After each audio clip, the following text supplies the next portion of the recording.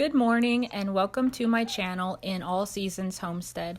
I'm Joanna and today I'm going to give you a farm update of things that we've been doing the end of January and beginning of February.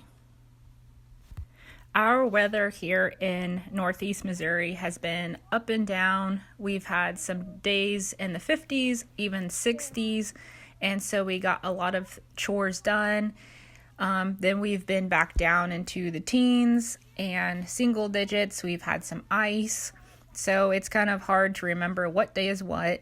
I know that this day right here, the ground is frozen solid, but it's kind of warm. I believe it was in the 30s.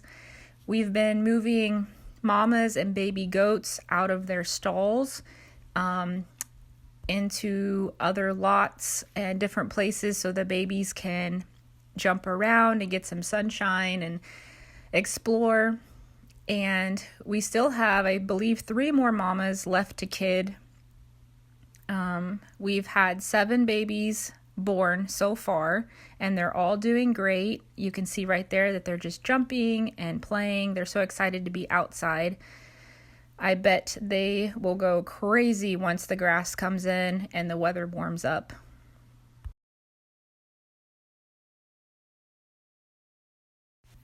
To the right of this lot, we have a calf and a young cow in this area, and we're going to actually secure the fencing with some wire so the baby goats can't get out and potential predators can't get in. So that way when the babies start getting a little bit bigger, they'll be in a safer area. And here are our 2 new baby black goats.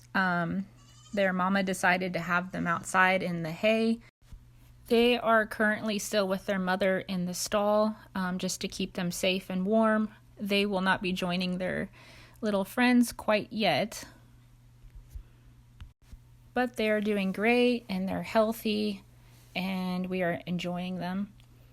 This is another day. I believe it was a Sunday. We decided to go down and play on the pond one last time. It did have a day where it started warming up and cracking, but then it refroze. It was at least 8 inches thick this day. So my son just stayed pretty much by the shoreline and just tried to find some things. He had so much fun sliding around. Another thing I did this week was move my beehives. I went to the garage and grabbed these 2 boards. My oldest son, helped me get the nails out, and actually he helped me the whole morning. This was quite a chore because we moved only 2 hives. It was just 2 hives, but we had to walk all the way up the hill, and I didn't have it very well planned. Those cement blocks were iced to the ground, frozen solid, and I had to get those out of the ground because I did not have any extra cement blocks.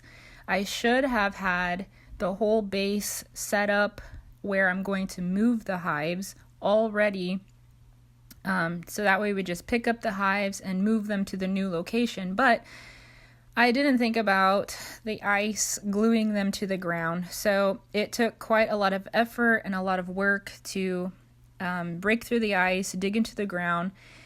And another thing I didn't really think about was how hard, I knew that it was going to be a lot of work to move a hive. The reason I'm using this jet sled is because I was trying to go as gracefully, carefully, and slowly as possible. And I thought if we put it in the truck that it may be too bumpy. Well, by the time that we brought it all the way up the hill, it was a huge job, and that is quite an incline. That's where we came from, and this is the new location. The reason for moving the hives in the first place is I'm trying to get it a little closer to the house and not quite so much on an incline. That way when I am carrying a lot of equipment or heavy honey, I don't have to go so far. So my son decides to bring the truck for the next hive, and actually I really wish we would have done it for the first hive in the first place because it really was not bumpy. It was a very smooth ride. But like I said, I really should have had the base all ready to go in the fall. And I wanted to wait in the winter time when the bees were not active and they would be inside their hives. But this day was warm enough. I think it was, I can't remember, maybe 40, 42. And I thought they'd be quiet enough, but it warmed up by the time that we really got everything set up, and they were a little more active than I was expecting them to be. I also wanted to wait for the winter because I thought that if we were moving it by sled, that the snow coverage would be easier just to glide on the snow. Well, we barely had snow this year. I think it lasted like less than a week, and so that wasn't a very good option. I'm going to speed this part up right here. I'm in the back of the truck. You can see the bees buzzing around. But it was actually pretty smooth. It was not as bumpy as I thought. And we went really, really slow. A few days later, I actually checked the hives. I think it was in the upper 50s. I found very few patches of brood. Obviously, I had a queen in there at some point, and I'm assuming that it's overwintered brood. I see no signs of new eggs or any uncapped brood yet. Actually, I did see a few cells of uncapped brood.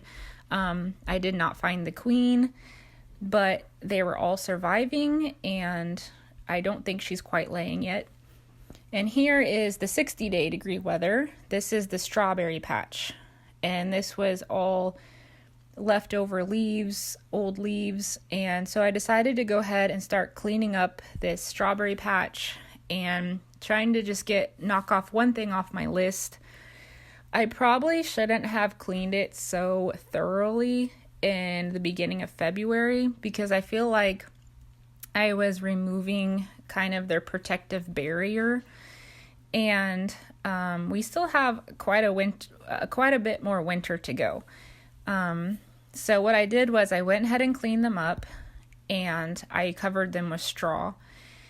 Well, I should have focused on the blackberries or another job and just left this, but I was worried that if I didn't get to it, and then if we started getting a lot of rain, I really didn't want the old leaves getting moist and then sitting on top of my new strawberries poking up and maybe giving them a fungus or some kind of a disease. So I'm hoping they will do great this year. Last year I was very pleased with my strawberries.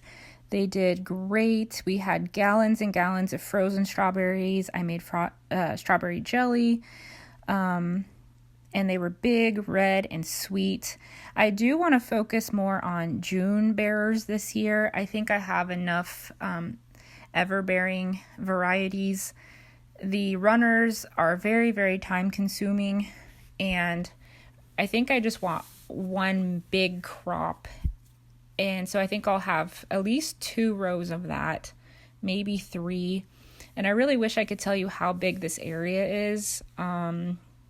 I really need to measure it. It is pretty huge. And I have currently 4 rows of strawberries, and I plan on putting a couple of more rows of June bearers. We were all so happy and excited to be outside on this warm day, having a break from the house and a break from wearing 100 layers of clothes. It just felt wonderful, that sunshine and fresh air.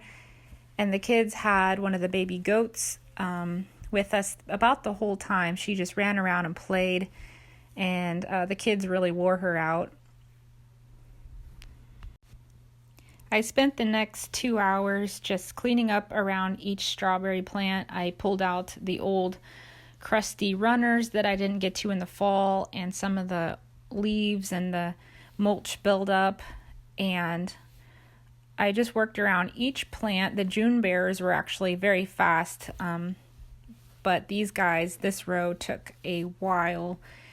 And once I get down to the plant, the main mother plant, I just ruffle it up and I get all that dry dead stuff out of there, and then I exposed the green plant. And just to see what I can get down to, if I need to separate the plant a little bit more, or to see what's going on. And then later I will come in with some fertilizer, but I think I'm ahead of schedule. Like I said, it's just the beginning of February.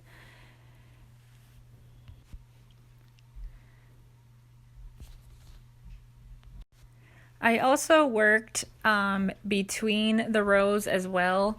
There was a lot of runners that was stretched out, taking hold in some rips in the woven weed fabric, and found some dirt.